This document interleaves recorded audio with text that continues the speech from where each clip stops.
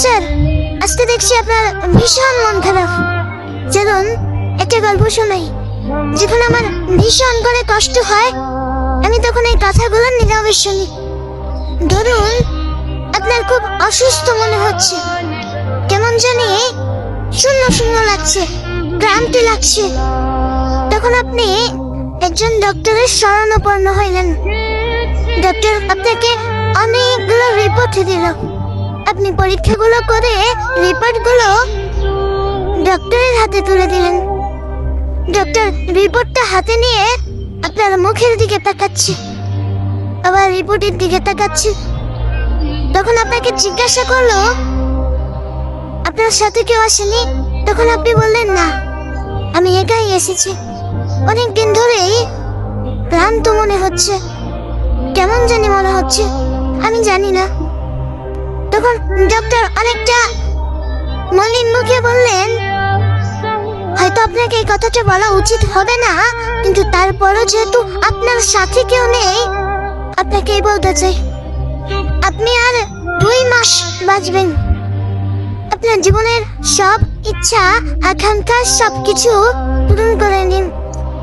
যদি কোনো কিছু ইচ্ছা অপূরণীয় থাকে, আপনি পূরণ করে নিতে পারেন। এই 2টা মাস আপনি পৃথিবীকে দেখে নেন। আপনার যে রোগ ধরা পড়েছে, আমি সে রোগের নাম নিতে চাচ্ছি না, তবে ভেঙে পড়বেন না। মানুষ মাত্রই মরণশীল, আজ না হোক কাল ঠিকই চলে যেতে হবে।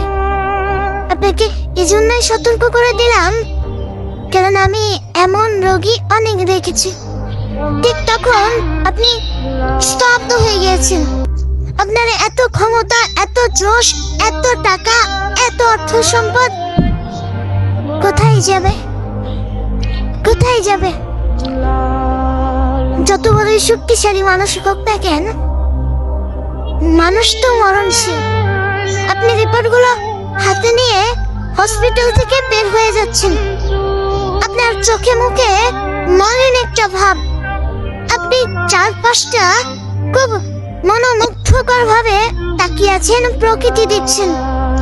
কেমন জানি আপনার এই প্রকৃতি ছেড়ে যেতে মন চাচ্ছে না। আপনার ভীষণ কষ্ট হচ্ছে, দম বন্ধ হয়ে যাচ্ছে। আপনি বাসায় গেলেন। বাসায় যেতে অনেক দেরি হয়ে গেল। এখন প্রতিদিনের মতো আজও বাবা বলে উঠলো, হ্যাঁ, দেখো তোমার গুণধর ছেলে এসেছে, নাও এখন হাত পা ধুয়ে খাবার দাও, খেয়ে আবার বের হোক। সারাদিন তো কোনো কাজকর্ম নেই,